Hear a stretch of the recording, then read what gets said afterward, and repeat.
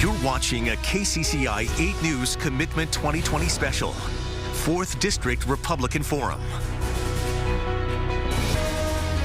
Good evening and welcome to a KCCI 8 News special event. I'm Stacey Horst. We are pleased to bring you a candidate forum with the 5 Iowans seeking the Republican nomination for the 4th Congressional District. The district covers 39 counties in the northwest part of the state. It is currently represented by Congressman Steve King, who is running for re-election. His primary challengers include State Senator Randy Feenstra, real estate developer Steve Reeder, businessman Brett Richards, and former state representative Jeremy Taylor. With COVID-19 concerns in mind, we invited the 5 candidates to participate in this forum using Zoom video conferencing software. We have also partnered with television stations KTIV and KWWL to reach as many Iowans as possible. The forum was recorded Wednesday, May 20th, with KCCI's Steve Carlin. We begin with opening statements, followed by the question and answer segment. The order has been determined by a random drawing. Well, thank you for watching tonight. I actually want to start by asking you a question. Who solves more problems, you and your neighbors or politicians? I could sit down with any of my neighbors right here in Irwin and solve more problems in 20 minutes than politicians have in 20 years. For too long, we've been sending the same career politician to Washington and expecting something different. I'm Brett Richards. I'm an Army veteran, a family businessman, and the board chair of my local hospital. I've lived in rural Iowa my whole life. I was born here, grew up here, and I'm raising my kids in the same place with the same values I was taught. Iowa is a great place to raise a family, but right now I see opportunity and our values slipping away. The survival of our way of life is too important to trust to just another politician. Let's send Congress an Iowa neighbor to get the job done. Well, thank you. We're facing such a critical time in our nation with a shuttered economy and real fears from our farmers to our families and our small businesses. I'm an Iowa Army National Guard chaplain who is called to serve to uphold the Constitution. And if elected to Congress, that's exactly what I do. I met my wife, Kim, while I was teaching in communist Vietnam on a Christian mission, and we are raising 4 girls and 2 boys. We're small business owners, and we're frankly living the American dream. But we want to preserve and protect that dream for our future and for our children and their children's children. I want to stand in the gap to support our commander-in-chief, to stand for life, to secure our border, to make sure that we lower taxes and unleash our economic potential. I want to also make sure that we fight against socialism and stand for our historic rights and values. I've supported our congressmen before, but we're to a point where we no longer have a seat at the table on committee assignments, and yet we also need to make sure that we elect a true conservative. My track record from the county courthouse to the Iowa State House proves that, and I hope to serve you in Congress as your next congressman. And I'd say, first of all, as far as having an effective voice in Washington, I brought a bill introduced on Monday to save the life, if we could, of J.C. Hermstead, ALS. On Tuesday, I went to see Nancy Pelosi. On Thursday, she said it's ready to go to the floor. We'll pass it tomorrow if the FDA doesn't cave in. I say that's not just a seat at the table. That's having a lot of influence to make things happen, even in a bipartisan way. You've known what I have done and where I've been on all of these issues. There's not a single conservative issue that I haven't been in front of. And here's some issues that I own. A renewable fuels situation. I've been in front of that from the beginning. The first bill I introduced went into law that expanded both ethanol and biodiesel. And also on the Second Amendment, I'm always there with the top handful of people. I'm more Second Amendment than the NRA. I've been leading on the repeal of Obamacare. You know where I am on immigration. I led on that, and I've pretty much put Trump's immigration policy in play. And on life, the author of the Heartbeat Bill. So you know what you have with Steve King. I'm Randy Feenstra. I'm a Christian, a husband, a father, and a constitutional conservative Republican. I'm running for Congress because the 4th District needs a seat at the table and an effective, proven conservative voice. To me, this election is about real results and not campaign rhetoric. I've served in the Iowa Senate for the past 12 years, where I've helped push conservative policies. I wrote and delivered the largest tax cut in Iowa history. I delivered on the pro-life movement. I was proud to defund Planned Parenthood, ban taxpayer-funded abortion, and I'm the only candidate endorsed by National Right to Life. I've been a champion of our Second Amendment rights, opposing red flag laws, co-sponsoring constitutional carry. Finally, I've delivered on protecting against illegal immigration, supporting Iowa's ban on sanctuary cities. In Congress, I'll continue to fight for these same priorities. I'll work with President Trump, build the wall, secure the border, defund Planned Parenthood, and fight against all red flag laws. I'm Randy Feenstra, and I'm asking for your vote June 2nd. Thank you. For years, I've been following the federal government. The conservatives I talk to are concerned over the partisan politics and growing divide in our country. When Brenda and I met with thousands of Iowans in the 4th District over the last 8 months, we were told of their frustration with the dysfunction in Congress. During my 35 years as a small business owner, I witnessed firsthand how decisions made in Congress made life harder for families, farmers, and the small business community. Now we have a president who is willing and able to break through the political establishment to actually accomplish things for the American people. And I believe I am well suited to help. My background has given me business and financial experience, the ability to solve problems, and strong negotiating skills. My goal is to reduce the size of government, defend religious liberty from constant assault, and protect the constitutional freedoms we all hold dear. I will bring our shared values to Congress and be President Trump's ally from Iowa. Thank you for your opening statements. We now move on to the question and answer session of this forum. You will get 60 seconds to answer the questions. You'll get 30 seconds to respond if you are mentioned by name by an opponent. We begin with a topic that has a big impact on the 4th Congressional District. COVID-19 has hit meat packers hard. It has closed plants and sickened workers. As plants lose production capacity, producers are forced to consider euthanizing millions of pigs over the next few months. That's according to the National Pork Producers Council. If Republicans remain in the minority in the House, how will you work with Democrats to help packers and producers recover these losses? Mr. Taylor, the question to you first. Well, thank you very much for the question. It certainly is an important one, as ag ties into 1 out of every 5 jobs in the 4th District. I applaud President Trump for the Defense Production Act, which kept meat packers open. And at the same time, I applaud our governor and the different entities that worked so hard in order to get safety and security for our workers. I'd work with Democrats in order to make sure that they understand what's happening back home. And that is that we're having to make sure that we indemnify those who are having to euthanize so many of their own animals before the production. And so with that, they need to understand that we have to hold folks harmless. We also have to get our economy back on its feet. And I think it's critical to be able to have a voice on the Ag Committee, which I would plan to sit on. We also have to make sure that we have transparency in beef pricing. And that's an issue that I've heard from so many. And we need to make sure that we pass the Prime Act. And that's something that I would plan to work in a bipartisan manner in order to make sure that independent slaughterhouses can help to get our economy back on its feet for producers in the 4th District. Mr. Taylor, thank you. Mr. King, the question to you, as you already serve in Congress now debating its 3rd federal aid package. What would you have done differently to this point to help packers and producers recover from these losses? Well, I'd say in the answer to the question about the origin of what would you do in a minority in a bipartisan way, one of those things would be the chairman of the Ag Committee, Colin Peterson of Minnesota, called me to go to Minnesota, Worthington, Minnesota, to represent the Iowa pork industry up there as we began to euthanize these heavy hogs that are there. I've worked in a bipartisan fashion with them all along. Governor Tim Wells was on the committee with me. So we joined together in that and brought up a press conference that showed really how ghastly it is to have to be euthanizing this livestock.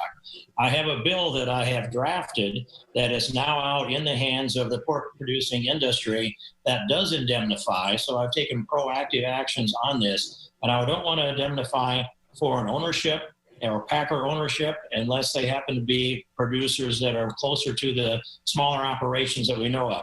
And so I've taken these positive steps along the way. I'll continue to do that. I do have a voice on the Ag Committee. I remind all of you, if the chairman calls me and asks me to come up and do a press conference with him, you can understand that it's a voice and it's a bipartisan voice on the Ag Committee today. Thank you, Mr. King. Mr. Feenstra, what would you do to reach across the aisle to work with those majority Democrats to help packers and producers recover their losses? So this is a very significant issue for my family. My in-laws are big hog farmers in Northwest Iowa, and we're making a lot of decisions right now of who do we euthanize, what hogs do we euthanize, where do we go? A lot of things have to be done. I was the first one to jump on and write a letter to Attorney General Barr saying we've got to stop this monopoly with the packers. Number two, we do have to do indemnity agreements. We've got to make sure that we help out our producers. The Defense of Production Act that Trump passed, that was wonderful for him to say this is what we're going to do. We also have to do the Prime Act, that we allow other small mom and pop packers to get involved where they can help out in this time. You know what?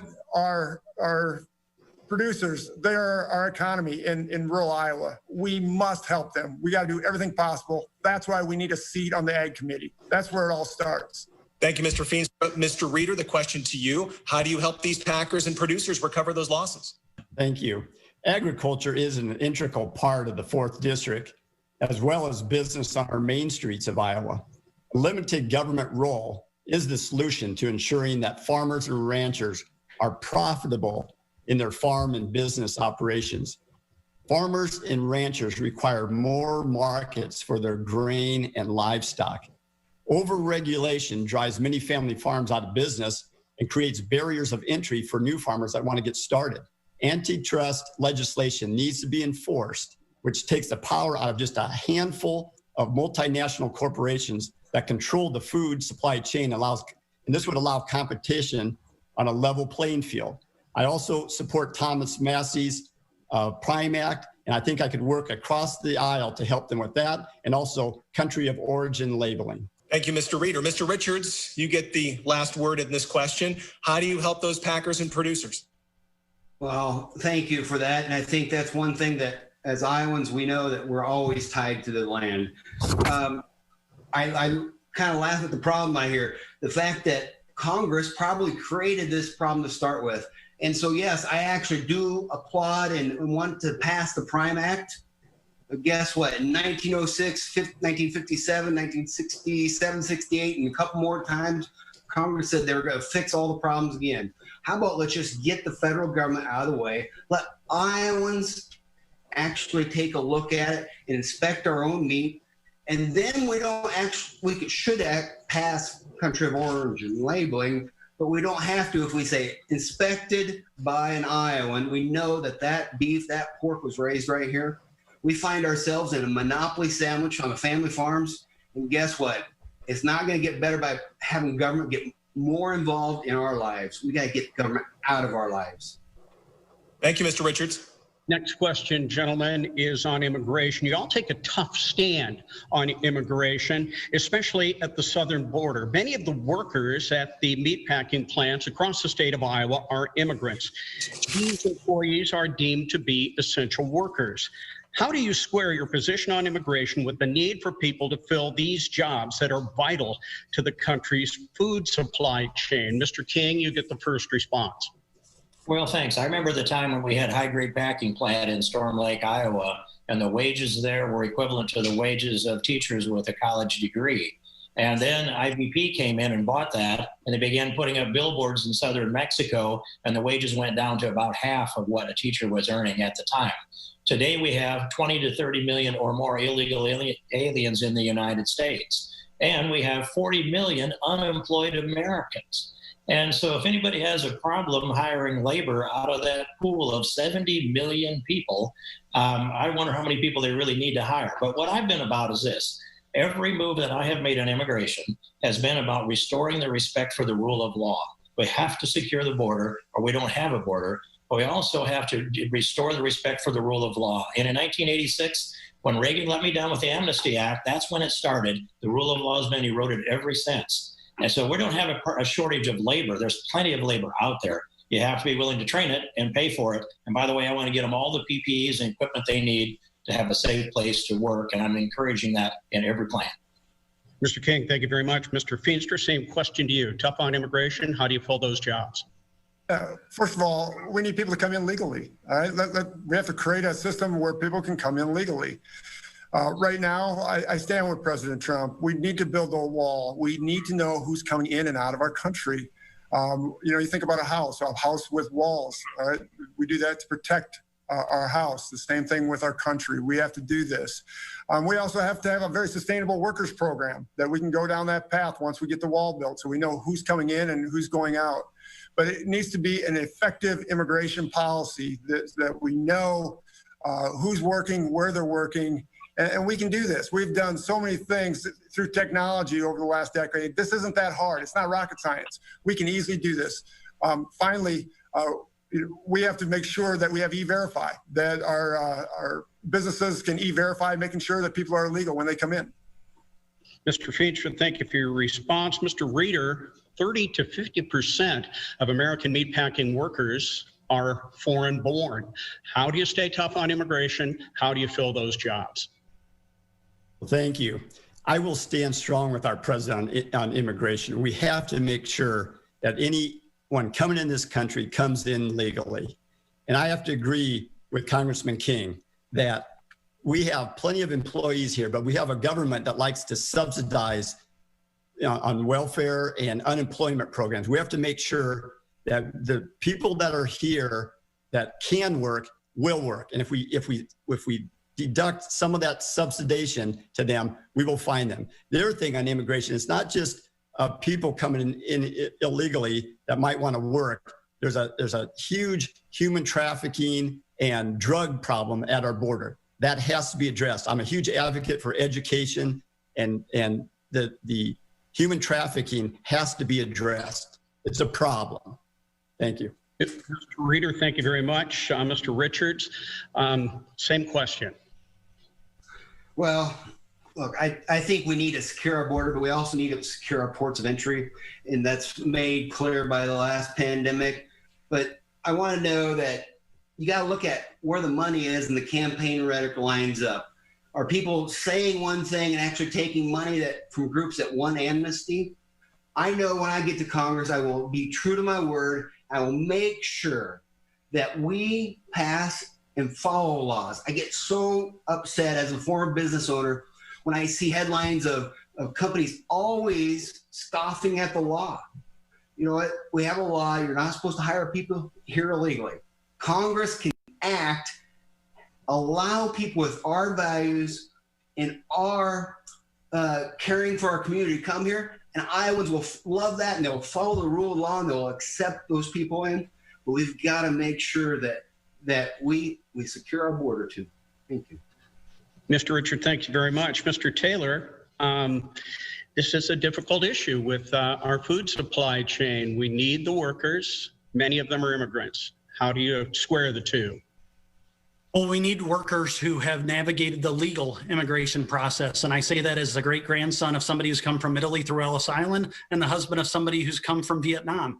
There's a reason, and I want to make sure everybody knows this, that there's a legal immigration process, and that's to demonstrate that folks are free from communicable diseases, to make sure that people are not a safety or security threat, but are going to be a boon to our economy. And we have a great immigrant population right here, but we need to make sure that this is done the right way. In no time in our history have we rewarded those who have done things the wrong way and punished those who have done things the right way. And so we need to make sure that our immigration policies are strong. We need to have a strong southern border. We need to make sure that we mandate E-Verify, that we end sanctuary cities by defunding them. But at the same time, we can have a safe and legal immigration policy that works for the American people and American manufacturing and our packing plants.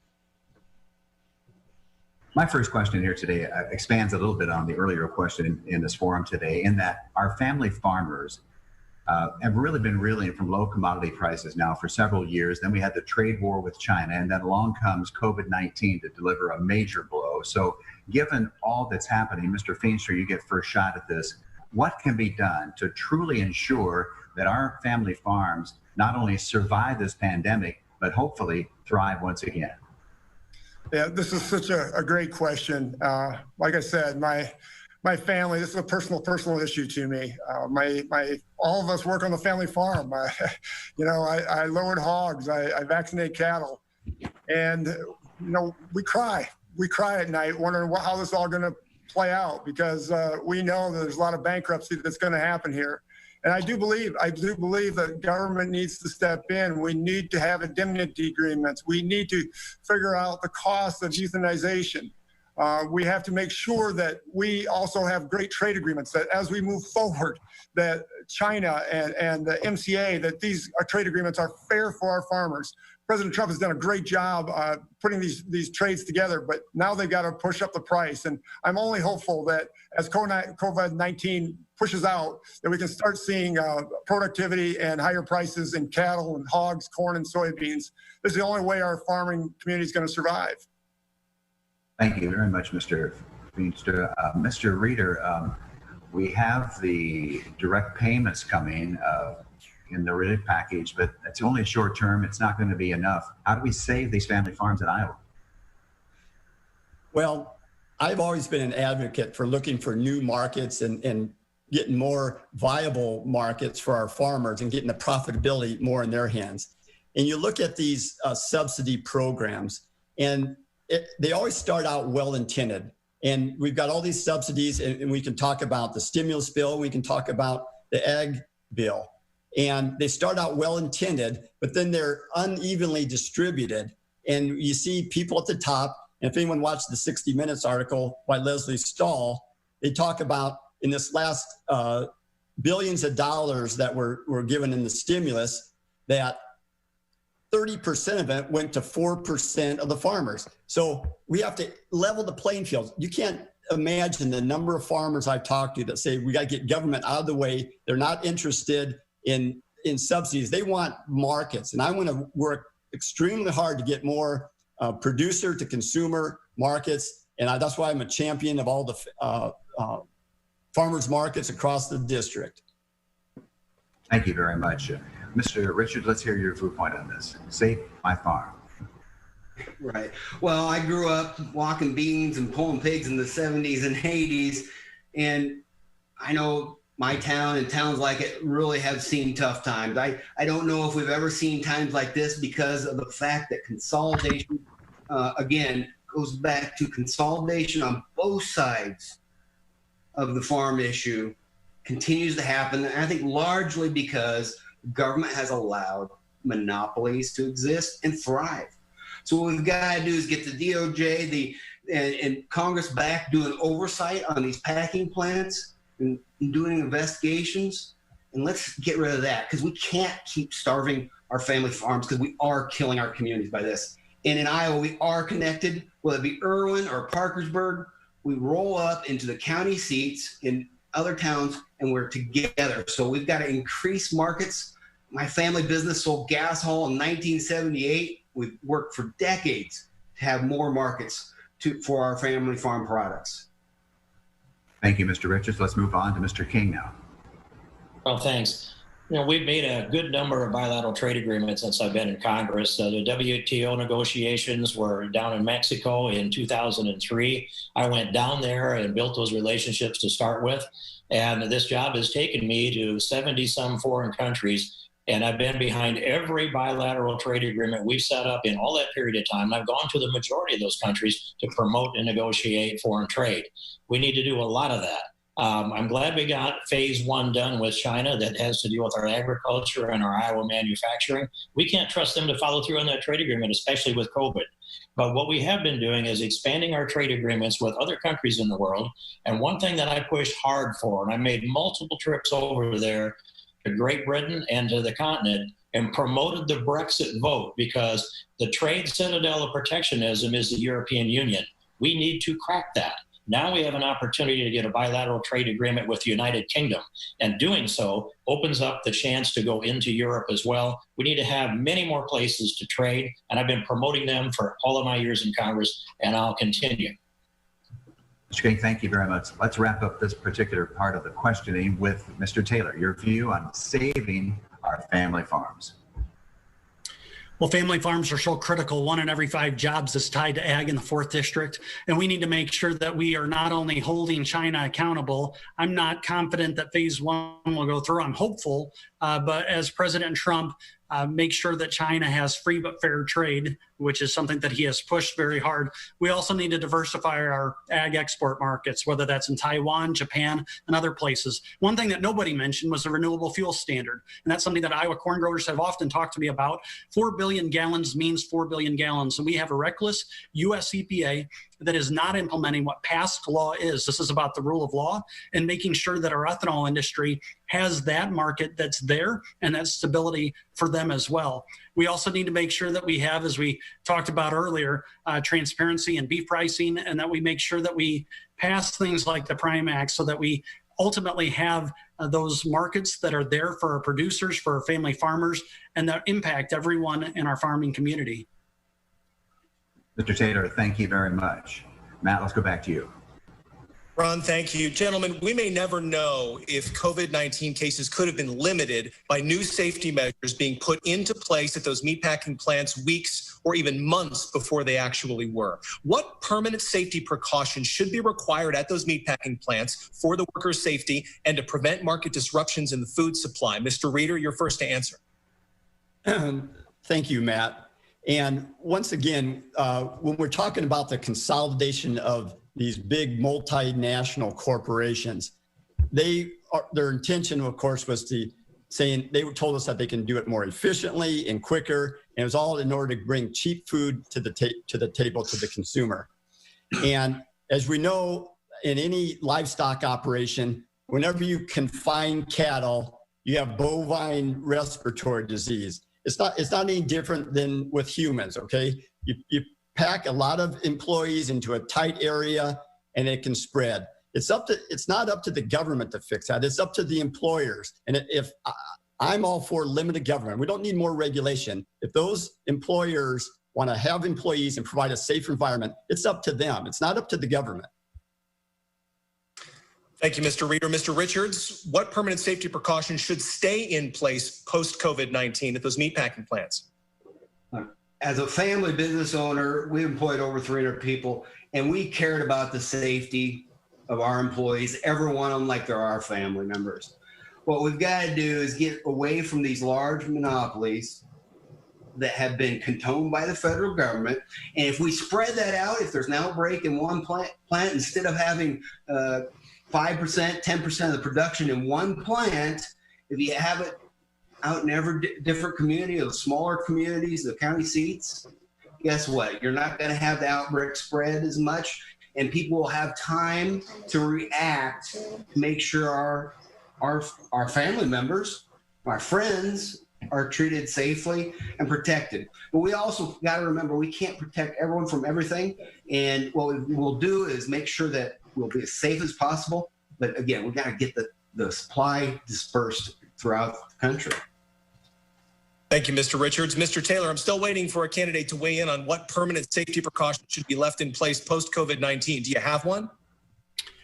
Well, I think we need to work with OSHA and the CDC and making sure that there are recommendations, and that's what they would be. But I think if a worker is compromised and has some of these symptoms, that ought to be something that the worker is indemnified, and so that's not held against him or her. I think that's critical. I think that there needs to be some testing that remains obviously in place. As a National Guardsman, I'm honored to work along 200 or more of my active duty members who are called to state active duty and are providing some of that testing.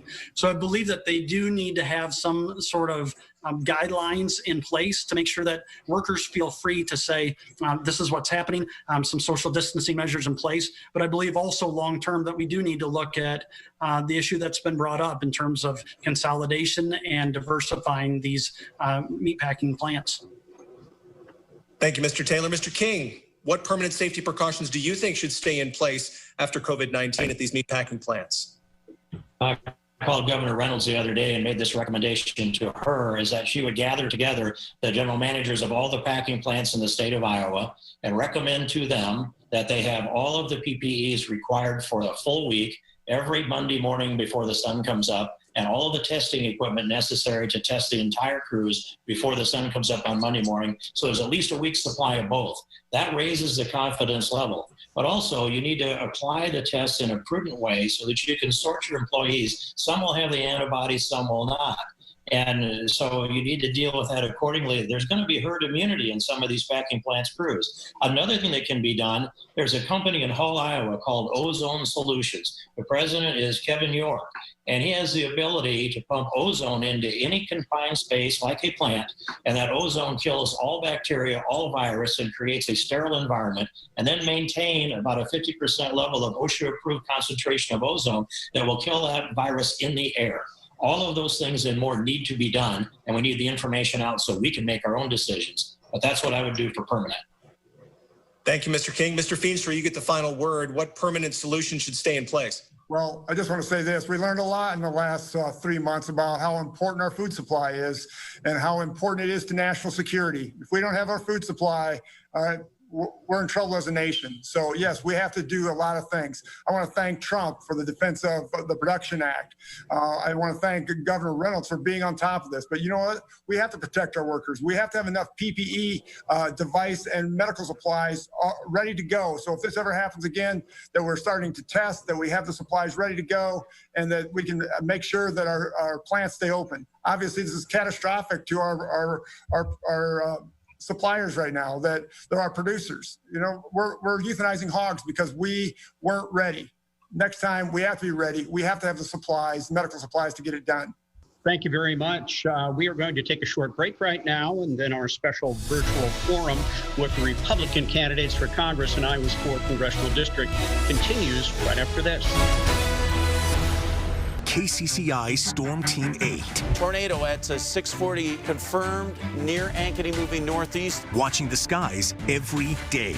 Tornado in the Waukee area near the Aldi. Chief Meteorologist Curtis Gertz tracking storms minute by minute. And they're moving quickly, so if you're in Boughton, please seek shelter. With street level accuracy. Picks up that debris, and you see crossing Merle Hay Road up around Northwestern Beaver Drive. Whenever storms are coming your way, turn to KCCI Storm Team 8. Earn a 25-cent Hy-Vee fuel saver for every $50 you spend.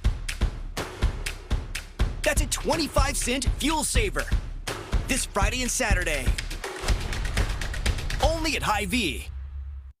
The open road, the wind in your hair, the feeling of freedom that drives us to go out and discover. At Chevy, we're committed to getting you there with confidence and peace of mind.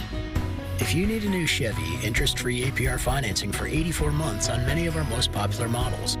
You may even shop online and take delivery at home where available. And when you do, your Chevy Clean dealers commit to using enhanced vehicle cleaning measures with CDC-approved cleansers, so you can find new roads with confidence. The Sunday night movies are back on CBS. Are you serious? Yes. And not just any movies. I'm the king of the world! Paramount's biggest. Grab the popcorn, sit down, and escape from reality blockbusters. So how about we all watch a great movie? Sandy! Together. The CBS Sunday night movies are back on CBS. Earn a 25-cent Hy-Vee fuel saver for every $50 you spend. That's a 25-cent fuel saver this Friday and Saturday. Only at Hy-Vee. Welcome back to this Iowa 4th District Congress Republican Candidates Forum, coming to you today virtually on Zoom. So this next round of questions will be directed to a specific candidate. They will have then 60 seconds to respond. So Matt, let's go back to you to begin the questioning. Thank you, Ron. First question is to Mr. Richards. Mr. Richards, you said during a recent candidate forum, and I quote, "It's time we change Washington before it changes us," end quote. If elected, how will you change Washington when you're one of 435 members in the House and have promised to serve no more than 5 consecutive terms, 10 years in Congress? Well, I think one thing is the fact that we know that Iowa neighbors get things done. And so when we send people to Washington, D.C. and they never get them done, you have to ask, what's wrong? Well, let's start by sending different people.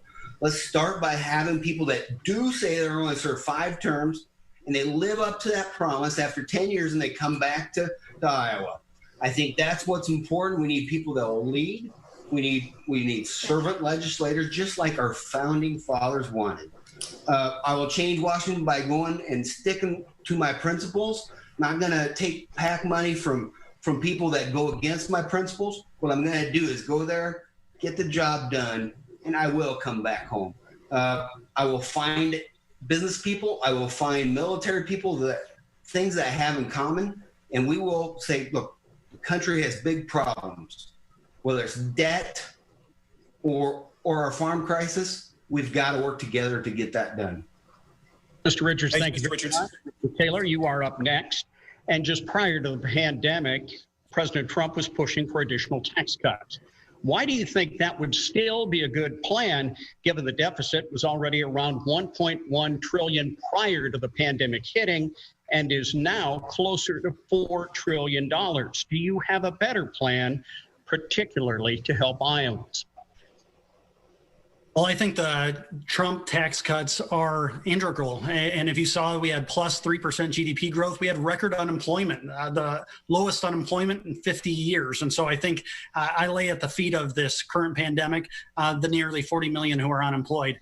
Tax cuts and putting more economy back in the hands of small business owners is, as a small business owner, I know, the most single powerful thing that we can do. And so I believe that we actually grow revenue by allowing our job creators to have more of their private economy. When it comes to the debt and deficit, we have a spending problem. We were running $1 trillion deficits before this pandemic. And now with Nancy Pelosi, U.S.-led House, it's only going to get worse. We have to have a balanced budget amendment. We have to have a penny plan that reduces 1% across the board. It's a spending problem, and that's what we really need to tackle. We need to make sure that our private economy and our businesses have more money to invest to create more jobs and grows our economy, and I'm a firm believer in that.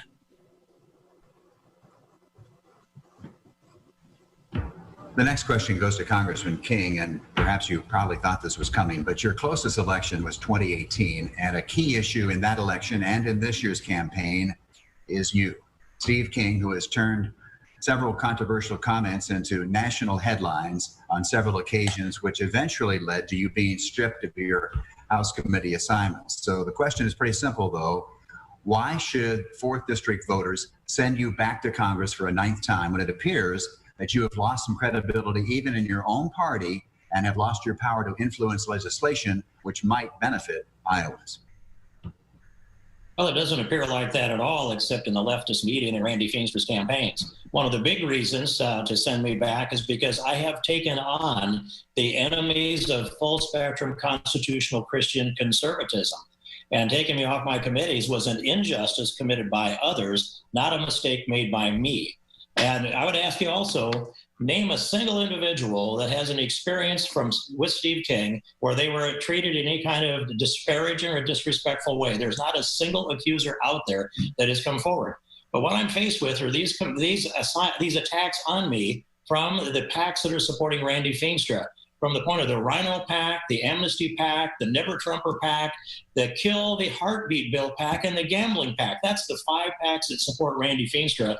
If people want to go down that way, take a look and see where the money comes from. But I have that opposition because I have fought those forces all along. I've had the courage to run to the sound of the guns, to walk through the fire and be tempered by that fire. And I know where these folks are, and I know their names, and they know mine. Mr. Feenstra, he mentioned your name specifically. You do have 30 seconds for rebut if you'd like to. Yes, please. So I'm different. My colleagues elected me as assistant majority leader. They elected me as the chairman of Ways and Means. It's been exciting that we need effective conservative leaders. Congressman King is desperate. He actually took $3.1 million from all the same PACs that he just mentioned. It's just disappointing to hear this. You know, if you want a seat at the table, then you got to get it done. You got to be effective. I've done it in the Iowa legislature, and I'll do it in Congress. I need to Thank you very much. And here's the truth of it. Randy Feenstra had the gavel as the chairman of the Ways and Means Committee taken away from him. And being elected an assistant leader is just a piece of it. $3.1 million, that's not a factual number. You're going to have to put that number out tomorrow, Randy. But there are so many lies told about me in your campaign that God only knows the number, but he is keeping track. And that's what I'd say to you for that particular movement. And I also am the chairman of the Conservative Opportunity Society. That's about 4 dozen rock-ribbed conservatives. I do have a gavel in Congress. You don't have a gavel in the state Senate. I have one in Congress, and it influences the conservative dialogue that goes on in the House of Representatives. And so with these folks that are behind you, we know who they are. They are the Rhino PAC, the Amnesty PAC, the Never Trumper PAC, the Kill the Heartbeat Bill PAC, and the Gambling PAC. And you're the architect of gambling in the state of Iowa. And Mr. King, that's your 30 seconds. I'm going to have to cut you off there. We're going to have to leave that debate there and leave that discussion there and move on in our questioning. So, Mr. King, thank you very much. Mr. Feenstra, the question to you is this. During a recent candidate forum, you said your campaign has received over 1,900 contributions and 80% of them from Iowans. But last month, the Political Action Committee Defending Main Street pledged $100,000 to your campaign. How do you view support like that comes into our state from non-Iowans trying to influence Iowa's elections? Well, the contributions have actually increased. We have taken in over 2,200 contributions in our campaign right now, and 80% of them are coming from Iowans.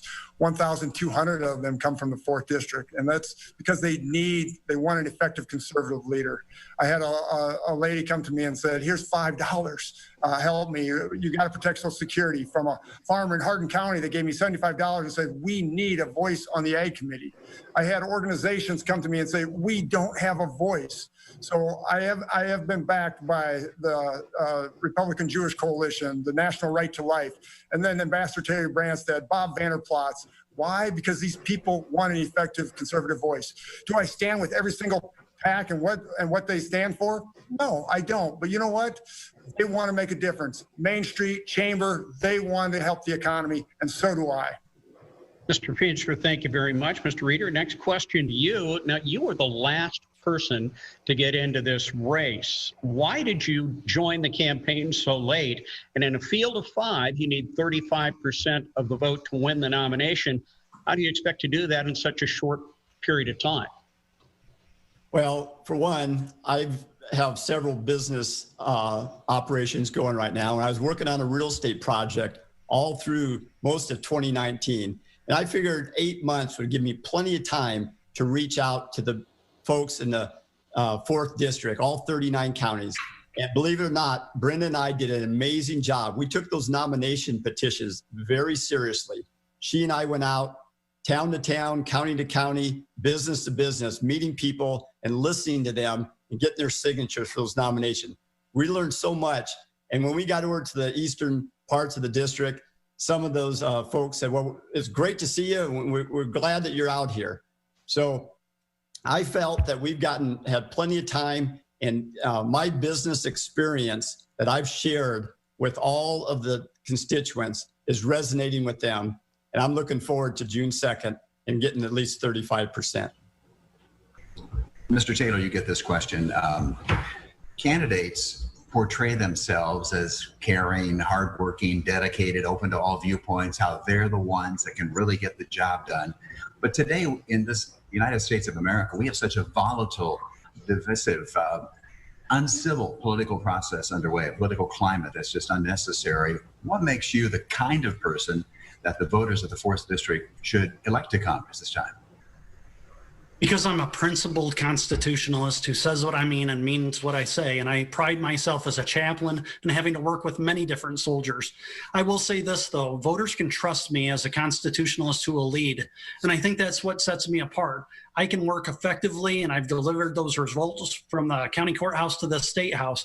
I have to disagree. Randy Feenstra talked about the money that he's beholden to, and that money has compromised him, and he demonstrated that when he broke a promise to folks back home on sports gambling, expanded that because he'd taken money and committed to the lead gambling sports lobbyist. I think we need to have somebody who's principled and principled on positions. That means that we can stand rock solid. If we had over 17,000 miles put on the van and talked to conservatives who said, we see in you somebody who will follow through with promises made, promises kept, but we can do so and be forceful on the issues and still approach them seasoned with grace and light as well. do have 30 seconds if you'd like to take advantage of it. Yeah, well, thank you. You know what? You have to be principled, and you have to have faith involved in everything you do. And it's disappointing to hear Jeremy Taylor talk about what he has done, and yet he got kicked off the County Board of Supervisors and had to resign on June 20 because he lied to the people of Sioux City. You know, this is all about being an effective, proven leader, and that's what I am. And I've been chair of Ways and Means. I had a gambling bill go through. I adamantly voted no on the floor, but I had to put the framework together in the Ways and Means Committee. Can I respond? I was going to say, Mr. Taylor, you have 30 seconds to respond. Your name came up. Yeah, we expected, because this has come from the Feenstra camp, that he would say that I was kicked off, which wasn't true. I resigned after some things that had been happening to my family.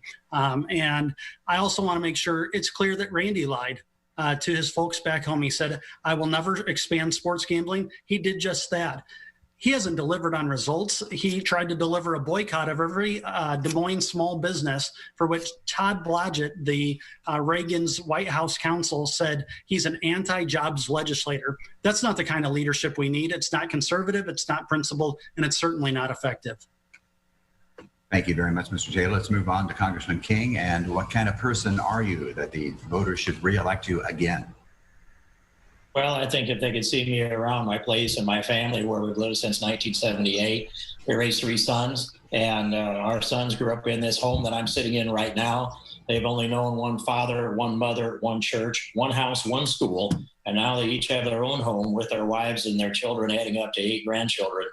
Work's not a 4-letter word around this house. All of them have a great work ethic, a rock-solid faith ethic. And I was deeply steeped in the Constitution and the rule of law by my father, who was a manager of state police radio stations. I have lived those things for all of my life. 45 years at King Construction, meeting payroll every single week, meeting the regulations and paying the taxes and creating jobs, in good times and in bad. I've lived through the farm crisis years of the 80s. Those scars are in me, but they're useful today as we face this COVID-19 virus battle that we have. And I'm also giving a level of, I'll say, counseling to people who are depressed under the heat of what's coming at them. I've lived through it. I see into the future ways, and I'm a product of this district, and people know me. Mr. King, thank you very much. Let's move on to Mr. Feenstra now. This uncivil political climate. How do we combat that? Well, for me, it starts with my principles and how I grew up and what I stand for. I mean, my faith drives and controls everything I do and say. You know, it doesn't help calling people liars and all this stuff. That's just not a good thing. You know, I think of my son, who just got the Bernie Sagow Award for our school. It showed leadership and commitment and his passion for his faith. That's who I am as a dad. That's what I want to be in Congress, that we can work together, that we can work collaboratively, that we can have civility and get things done for our nation and for our state and for the 4th District. And my record proves that. My record proves that I have been an effective leader, and I have the endorsements of National Right to Life. I have endorsements from the Branstad administration and Bob Vanderplots. I've have an A rating from the NRA. I mean, these are all things that show, hey, this gentleman can be an effective, conservative, proven leader. Mr. Feenstra, thank you very much. Let's move on now to Mr. Reeder. What kind of candidate do we need right now in Washington? Well, we need patriots in Washington, Bob. And what I've done in my business is similar to what President Trump has done. And when he got into office, he surrounded himself with people in specific industries. He reached out to the CEOs and the owners of many businesses and got their input to help make our economy grow. I've done the same thing in my business. When I find a real estate project, I'll surround myself with some of the best contractors, architects, engineers, and attorneys to do that project. And what I want to do is, when I get to Washington, I want to take the input. I want to have task forces across Iowa and get their input. I've also aligned myself with patriots across the country that are running for Congress. We had a conference call yesterday, had 8 of us on the line. These are all former military and former owners of businesses that aren't politicians that want to go serve. And I'm going to wrap myself in that type of a group to make decisions that are in the best interests of Iowa and our country. Mr. Reeder, thank you very much. On to Mr. Richards. Mr. Richards, how do you provide leadership in a country which is so uncivil at times right now, so divisive? Yeah, the question highlights one of the biggest problems we have in our country is the fact that we devolve into mudslinging, whether it's between national level or wherever we're at. We've got to start sending people that lead, people that go out and actually talk to Iowans. My campaign, one of the things I'm most proud of is the fact that we went to 30 county fairs. We didn't make it to all of them, but we did get to a majority of them, almost all of them, including the state fair. And we also did over 250 campaign events. We did 70,000 miles. It's actually probably 73,000 now, and I need an oil change. But the fact is that Iowans want people that look them in the eye. If they make a mistake, say, hey, I made a mistake. I'm here to fix it. I care more about your problems, and you shouldn't have to worry about my problems. That's what I'll do when I get to Congress. And I think what we have is Iowans that go and work hard every day are exactly what our country needs. We need to make sure we send people like someone you know back to Congress. It is time now to move on to closing statements. Candidates, you get 60 seconds to make your final case to the people of the 4th Congressional District. We begin with Mr. King. Well, thank you. I appreciate this debate. And I remind folks that here are the things that I've stood for all along. Renewable fuels, the Second Amendment, repeal of Obamacare, the immigration issue and all the issue, not just the wall, and the life issue. That's the heartbeat bill. Randy forgets to thank me for that or even mention it anymore. But what people need to know is this, that I have stepped in front of this thing and I have run to the sound of the guns. And that's why there are people out there that are lined up to try to get somebody they can tell how to vote and what to do. And when I said that it is the Rhino Pact, the Amnesty Pact, the Never Trumper Pact, the Kill the Heartbeat Bill Pact, and the Gambling Pact, that's the full spectrum of what the choice is. You can vote for the guy that believes in the New York Times, and there's only one in this group that believes in the New York Times, or you can vote for me or one of the others. But you know what you're getting with Steve King. I have never let you down. I have never wavered. I articulated those principles. They reflect yours. They reflect the Republican platform. We've waded through this all together, and we're going to go forward with a victory in November together and continue to work with President Trump. Thank you, Mr. King. Mr. Reeder, 60 seconds for your closing statement. Thank you, Matt. Socialism erodes at what has made America great, namely the liberties and freedoms that we have. I want to ensure the opportunities that I have had to provide for my family, the freedom to worship and grow a successful business is possible for the next generation. Americans are resilient, and the American spirit is alive and well. If you believe in less government, more faith, and more freedom, I want to work together with you to restore our trust in our federal government. I am the non-establishment candidate, and communication with constituents is paramount to me. When I get to Washington, I will not be beholden to anyone but the people of Iowa. Special interest groups and lobbyists have polluted our federal government. Any position I take in Congress will be based on the United States Constitution and the interests of the people of Iowa. I am grateful for your vote now through June 2nd. Thanks, Matt. Mr. Reeder, thank you very much. 60 seconds now to Randy Feenstra. I'm Randy Feenstra, and I am a Christian, a husband, a father, and a constitutional conservative Republican. I'm running for Congress because the 4th District needs a seat at the table, an effective, proven conservative voice. To me, this election is about real results and not campaign rhetoric. I've served in the Iowa Senate for the last 12 years where I've delivered conservative results. I authored the largest income tax reduction in state history. I delivered on the pro-life movement. I defunded Planned Parenthood, banned taxpayer-funded abortion, and I'm the only candidate endorsed by National Right to Life. I've been a champion of our Second Amendment rights, opposing red flag laws, and co-sponsoring constitutional carry. Finally, I've delivered on protecting against illegal immigration, supporting Iowa's ban on sanctuary cities. In Congress, I'll do the same. I'll work with President Trump to build the wall, secure the border, defund Planned Parenthood, defend his tax cuts, and be unwavering on the Second Amendment. I'm Randy Feenstra, and I'm asking for your vote on June 2nd. Mr. Feenstra, thank you so much. Brett Richards, the floor is yours for 60 seconds. So I ask the question, who solves more problems, you and your neighbors or politicians who say, I did this, I did that? Well, so when you decide who to vote for, consider the problems we face as a country. We need people who get things done, lead others, and understand what public service means. I was taught as an engineer to solve problems. In the Army, my job was to lead others to a common objective.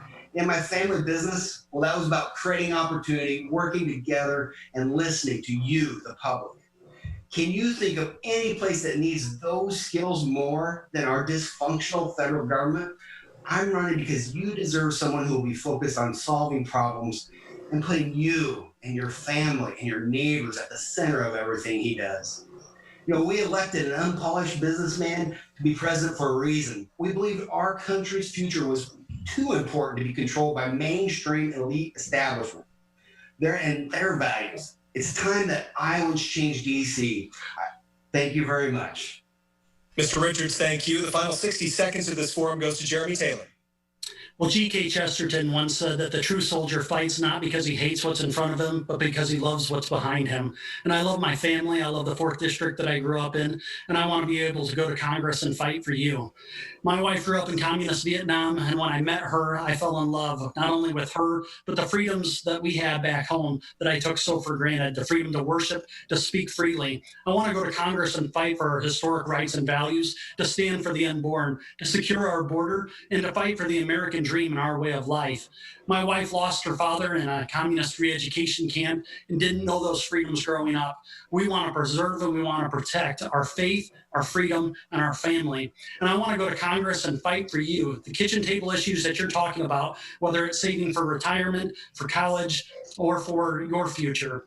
JeremyTaylorForCongress.com is where you can find out more about me. Please send me to go and to fight on behalf of you and your family. Thank you very much. Mr. Taylor, thank you. And gentlemen, thanks to you all for allowing us to help inform and educate the electorate in this primary. Ron? Yeah, thank you, Matt. And thanks to all of you guys for taking the time. It's a tough campaign. I know you're out there trying to raise money and keep this thing going in a very, very difficult situation. I wish we could have you in studio, but unfortunately, that's not the case this time around. Best of luck to all 5 of you. Yeah, I echo what Ron just said. Thank you all very much for participating. Do not forget the primary is on June 2nd. Ladies and gentlemen, we thank you for joining us, and everyone, stay well. Thank you for watching our KCCI 8 News Commitment 2020 special broadcast. A reminder, the primary is June 2nd. Absentee ballots must be postmarked by Monday, June 1st. Check with your local county auditor about polling locations.